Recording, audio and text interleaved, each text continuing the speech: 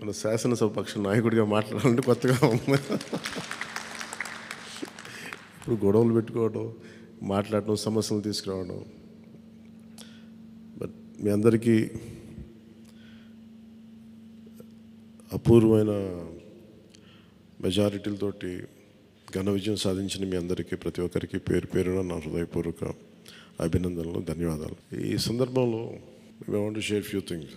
చాలా ఒంటరి ప్రయాణం చేశాం. జాతీయ స్థాయి నాయకులు కూడా ఢిల్లీలో వాళ్ళు అడుగుతుంది ఏంటంటే, నువ్వు ఎలా పార్టీ నడిపావు? పార్టీ నడపడం మాకు తెలుసు కదా, అధికారం ఒక గుర్తింపు ఉన్న జాతీయ స్థాయి పార్టీలో ఉండి అసలు అధికారం లేకపోతే ఎంత కష్టమో మాకు తెలుసు. అలాంటిది మీరు not even recognized party, just registered party, మీరు ఎలా సస్టైన్ చేశారు ఇంతకాలం? వాళ్ళకి నేను ఒకటే చెప్పాను, మేమంటే ప్రేమించే జన సైనికులు, వీర మహిళలు, జనసేన మద్దతుదారులు, వారి వల్ల మేము బలంగా నిలబడగలిగాం. ఒక తీర్మానం నా సైడ్ నుంచి ఏంటంటే, ఈ ఘన విజయానికి కారకులైన, అంటే దశాబ్దంగా అన్ని ఒడిదుడుకుల్ని ఎదుర్కొంటూ దెబ్బతింటూ క్షేత్రస్థాయిలో అన్ని రకాలుగా ఇబ్బందులు పడుతూ మనకి మద్దతు ఇచ్చిన జన సైనికులకి, వీర మహిళలకి, జనసేన నాయకులందరికీ కూడా వారికి నా మనస్ఫూర్తిగా నా అభినందనలు తెలియజేస్తూ ఉన్నాను. మీరు లేకపోతే ఈ రోజున ఈ విజయం ఉండేది కాదు. అలాగే ఈ విజయం అసలు మనం చేసిన పోరాటానికి ముగ్ధులై 2019లో తప్పు చేసాం, ఈసారి ఎట్టి పరిస్థితుల్లో మేము తప్పు చేయమని ప్రతి ఒక్కరూ ఒక 100 మందిలో కలిస్తే 100 మంది చెప్పేవాళ్ళు, ఒకళ్ళు కలిస్తే ఒకళ్ళు చెప్పేవాళ్ళు, ఏ మూలకెళ్ళి చెప్పేవాళ్ళు. ఈ రోజున మనందరికీ కూడా ఇంత భారీ మెజారిటీలు వచ్చినాయి అంటే మనల్ని నమ్మిన ప్రజలందరికీ హృదయపూర్వకంగా మన ఈ మీటింగ్ తరపు నుంచి నేను వారికి నా కృతజ్ఞతలు, అభినందనలు తెలియజేస్తున్నాను. మనకి we have a great responsibility. అంటే నేను మొన్నదాకా మాట్లాడుతున్నప్పుడు అదొక పొలిటికల్ రెటారిక్ అనిపించుకోవచ్చు, but I believed in that and I believe in it. అంటే we have to bring back accountability and politics. జవాబుదారీతనం తిరిగి రాజకీయాల్లోకి తీసుకురావాలని. గొడవ పెట్టుకునేటప్పుడు అంటే మనోహర్ గారు మేము చాలాసార్లు మాట్లాడుకున్నప్పుడు, cooperation and confrontation is a part of democracy. సహకారం, సంఘర్షణ, ఎప్పుడు సహకరించాలి, ఎప్పుడు సంఘర్షించాలి అనేది అది ఆ సమస్యలను బట్టి వాటిని బట్టి. అంతేగాని ప్రతిసారి పోయినసారి ప్రభుత్వానికి కూడా చెప్పాను, మేము చాలా కన్స్ట్రక్టివ్గా ఉంటామని వాళ్ళకి అర్థం చేసుకోలేదు నా మాట, నా డెమోక్రటిక్ స్పిరిట్ని వాళ్ళు అర్థం చేసుకోలేదు ఆ రోజున. అలాగే ఇది కక్ష సాధింపులకి సమయం కాదు. ఇది ఇంత ఘన విజయం ప్రజల నిర్మాణానికి, లేదంటే వారికి అభివృద్ధికి, వారి అభ్యున్నతికి తప్ప ఇది ఒక వెండెట్టా గేమ్ కానీ, లేదంటే పగా ప్రతీకారాలు తీర్చుకోవడానికి గతంలో ఇలా చేశారు కాబట్టి మనం ఇలా చేయాలి, అలాంటి ఆలోచన ధోరణిని దయచేసి మనందరం దాన్ని ఎంకరేజ్ చేయకండి దయచేసి దాన్ని. అలాగే చాలా చాలా క్షేత్రస్థాయిలో ప్రతి ఒక్కరూ అందుబాటులో ఉన్నాం, నాతో సహా. ఈరోజున జాతీయ స్థాయిలో మరి మనం సాధించిన విజయాలు కూడా చెప్పుకోవాలి.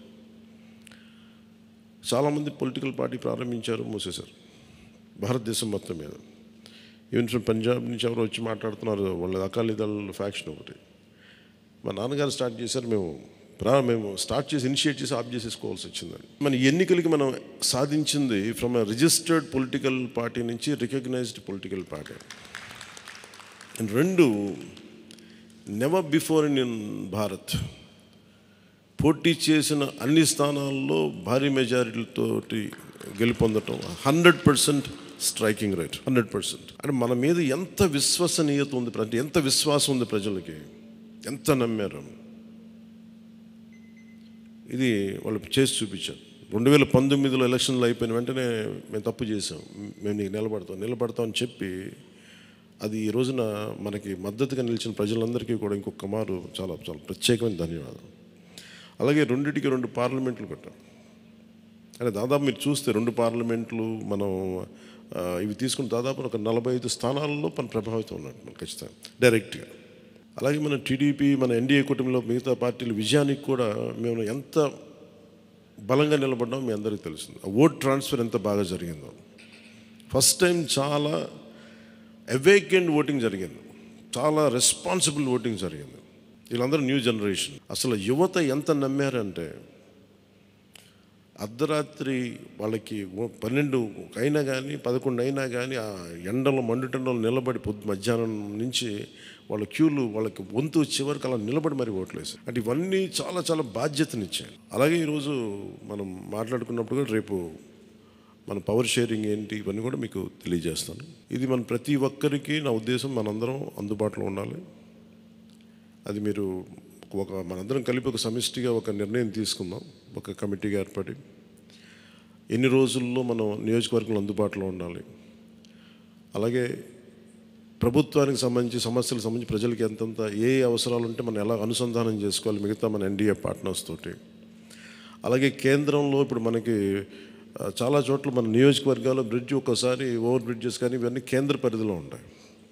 అవన్నీ మీరు చేయాల్సింది ఏంటంటే మన నియోజకవర్గపు సమస్యలు ప్రాధాన్యత అంటే యాజ్ పర్ ప్లీజ్ ప్రయారిటైజ్ చేసి మనం కొన్ని కేంద్రం ద్వారా జరిపించాల్సినవి ఉంటే అవి చేద్దాం. అలాగే ఇది మనం దేనికోసమైతే నిలబడ్డామో మాట ఇచ్చామో వాటికి నిలబడతాం. అలాగే పాలకొండకి మనం వెళ్ళినప్పుడు అక్కడ ఏనుగులు వచ్చి పంట పొలాలు ధ్వంసం చేస్తాయి. ప్రతి చిన్న చిన్న సమస్య. అలాగే irrigation projects, minor irrigation projects వీటికి చాలా తక్కువ నిధులతోటి 20-25 కోట్లతో అయిపోయే పనులు చాలా ఉన్నాయి. అండ్ మేజర్గా మన ఎలక్షన్స్లో మనం చెప్పింది విద్య, వైద్యం, ఉపాధి, సాగునీరు, తాగునీరు అండ్ లా అండ్ ఆర్డర్.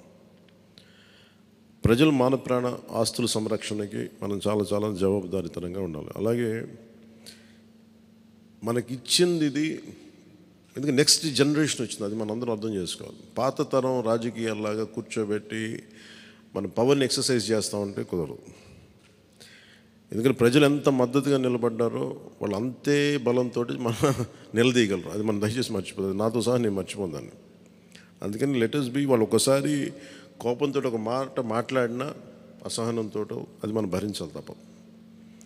అలాగే విమర్శించేటప్పుడు కూడా దయచేసి అది పర్సనల్ అటాక్స్ ఎవరికి కలగండి. వాళ్ళని మీరు చూశారు కదా, పోయినసారి ఆయన గత ప్రభుత్వాన్ని హ్యాండిల్ చేసిన ముఖ్యమంత్రి గారు ఎన్ని మాట్లాడి నేను ఎందుకు స్పందించలేదు వ్యక్తిగతంగా అంటే అది ఆ ప్రెసిడెంట్ ఆపేద్దామని మనం ఎక్కడ చేయాలి.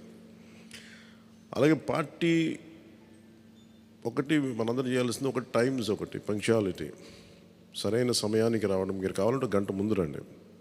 నైట్ 1:30, 2:30 అని పడుకునేటప్పటికి. ఎందుకంటే ఇది మనం 5 సంవత్సరాల కాలాన్ని ఎంత సద్వినియోగం చేసుకోగలం దాని మీద ఆధారపడి ఉంటుంది భవిష్యత్తు. దయచేసి మనందరం నియమావళిని పాటిద్దాం.